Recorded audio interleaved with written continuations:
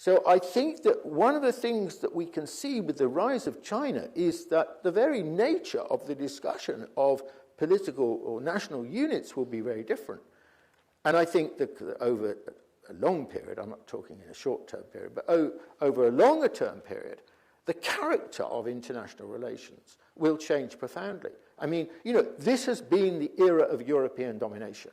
And we are now moving into a new era where not just China, but 85% of the world's population that does not live in the West will have, in a way, their say for the first time. They will be the new subjects of history. They've never been the subjects of history in the modern period since the British Industrial Revolution. They've always been the objects that have been dominated by the West. Now, how will the world be different when they rise? Now, here I'm giving you the example of China, but let me mention India in this context. Because when I was in India in July, I was really struck when I was talking to Indian audiences about the notion of the civilization state, their immediate understanding of what this meant.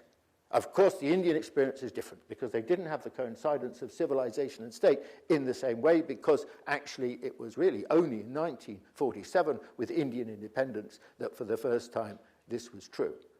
But they certainly have a very, very deep knowledge and tacit understanding of the nature of civilization.